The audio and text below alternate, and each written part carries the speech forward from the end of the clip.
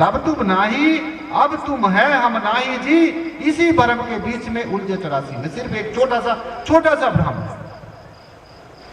जैसे भगवान जी ने कहा ना कि अर्जुन जब मैं प्रकट होता हूं ना, अपनी योग माया का ओला कर लेता हूं। ओला समझते हो आप? यूपी में ओला किसको कहते हैं? पंजाब में ओला कहते हैं पर्दा करने का।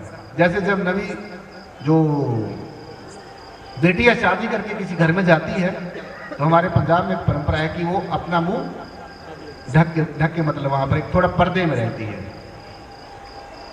तो उसको कहते हैं भाई ओला किया हुआ है। और यही कहा है कि ये जो ब्रह्म है जिसको हम अनेकों नामों से पुकार रहे हैं, रूप अनेक एक है स्वामी, सब घट घट के अंतर्यामी। राम रहीम यही है रामा, हिंदू ना जाति ना तुर्क तामा, कैसे मानू जाति को जाति, ब्रह्म बिंदु से है उत्पाती, एक ओंकार जपो निरंकारी, सब में खेले आप गिदारी। तो अगर थोड़ा सा विवेक से काम ले लिया जाए, थोड़ा सा ज्ञान से विचार कर लिया जाए, थोड़ा सा अपनी संस्कृति, अपनी सभ्यता, अपने गुरुओं के आदर्शों के पद चिन्हों के ऊपर थोड़ा सा हम गौर फरमा लिया जाए, तो मैं समझता हूं कि आहिस्ता आहिस्ता धीरे धीरे स्लोली हमारे जीवन का उद्धार हो सकता है और सुधार हो सकता है।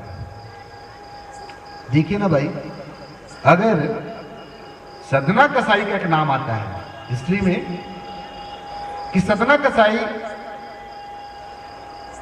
जो निर्दोष पशु पक्षियों के गले काटता था, उसका पेशा था, व्यापार था, कुछ भी था, अज्ञान था भाई। लेकिन जब उसको ज्ञान हुआ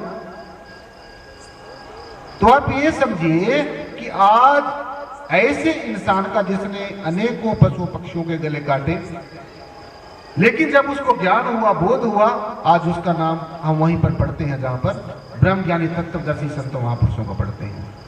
तो अगर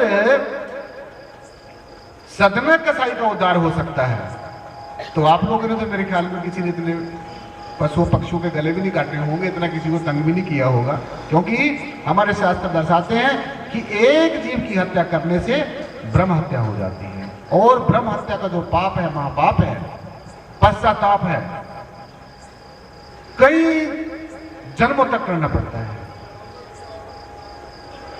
सुबह एक बात बड़े स्पष्ट तौर से बता लगाता हूं कि परमात्मा का साक्षात स्वरूप जो सदगुरु है, जो समय का हाकिम है, जो समय का आत्मा का जो जानकार है, जो समय के अनुसार सृष्टि के ऊपर आता है। क्योंकि देखिए, हमें और आप में कोई फर्क नहीं है, और अगर फर्क है तो वो समझने का है, और आज आपने ये बात समझ के जानी है। अभी स्वामी जी आपको बता रहे थे कि 3-4 जो बातें हैं हमारे शास्त्रों, ग्रंथों में, उपनिषदों, पुराणों, महापुराणों में बड़े भली बातें बताई गई हैं। एक बताया गया है कि अयम आत्मा सर्वभूतेषु, अयम आत्मा सर्वभूतेषु, मैं ही आत्मा सर्वत्र हूं, स्वतंत्र हूं, सदा सर्वदा हूं। ये वाक्य बताया गया है। दूसरा वाक्य बताया गया है कि अहम ब्रह्मस्मि, मैं ही ब्रह्म हूं, मेरे से अलग कोई दूसरा ब्रह्म नहीं है।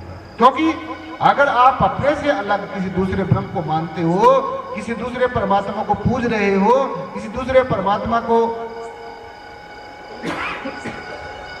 मनाने की और रिझाने की कोशिश कर रहे हो, तो मैं समझता हूं कि अब कहने का भाव कि अगर हमने ये कह दिया कि अहम ब्रह्मस्मि, फिर सारे झगड़े खत्म, साकार निराकार वाला झगड़ा खत्म, मैं और तू वाला झगड़ा खत्म, तेरे और मेरे वाला झगड़ा खत्म। मैंने परसों भी आपको एक बात बताई थी, आज भी दोहरा देता हूं कि कबीरदास जी सरीके जैसे संतों ने, अगर कभी हमारे जीवन में भी ऐसी बात आए तो आप भी वही मंथन करके देखना, वही चिंतन करके देखना, वही मनन करके देखना। उन्होंने कहा कि अगर आप ये जानना चाहते हैं कि संसार में कौन सी चीज झूठी है, कौन सी सच्ची है, कौन सी चीज झूठी है और कौन सी चीज सच्ची है, तो उन्होंने कहा कि कहे कबीर सुनो भाई संतो, मेरी मेरी सब झूठी। जहां पर जिस चीज के ऊपर इंसान ढूंढ रहा है वो तू स्वयं है, तू स्वतः है और तेरे से सिवाय कोई अलग नहीं। अब हमने अनेकता से एकता की तरफ आना है। अब हम जो भौतिकवाद और पदार्थवाद की दौड़ में जो भागे जा रहे हैं, जो धर्मों के प्रति उन्माद बढ़ता जा रहा है, जो आपस में जो खींचातानी सासंगति बढ़ती जा रही है, अब इस दौड़ से हमने वापिस आना है, अपने स्वरूप में लौट के आना है। अपनी बात को जहां से हमने शुरू की, जहां से इनिशिएटिव हमने लिया था, जहां से शुरुआत की थी, उसी स्वरूप में आना। तो फिर बात पता चलेगा।